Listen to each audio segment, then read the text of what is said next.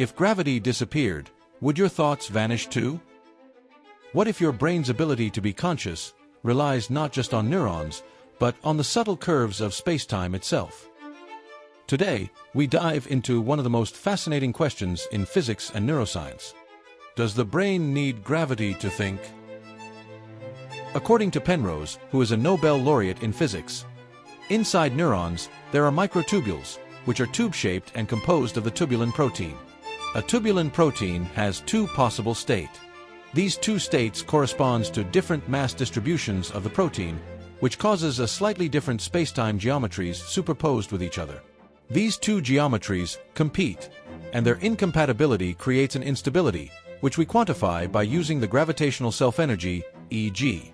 So we know one tubulin protein has two possible states superposed. And when there are more tubulin proteins, they will entangle with each other and form into a single larger quantum system. So 2 tubulin has 4 possible states, and 3 tubulin has 8, and so on.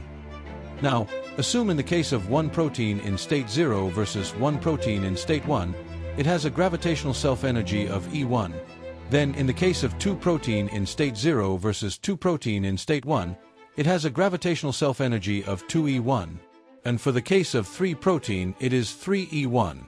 Over time, more and more tubulin will become entangled, resulting in a single quantum system with increasing Eg. And the greater the Eg, the more unstable the system.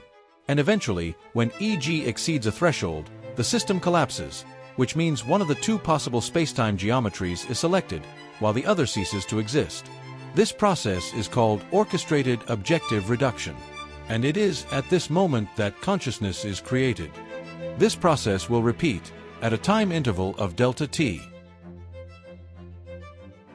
So, yes, brain does need gravity to think, but the gravity here is not the external gravity, like from the Earth or the Sun, but rather on the gravitational field generated by the mass distribution of the quantum system in the brain itself.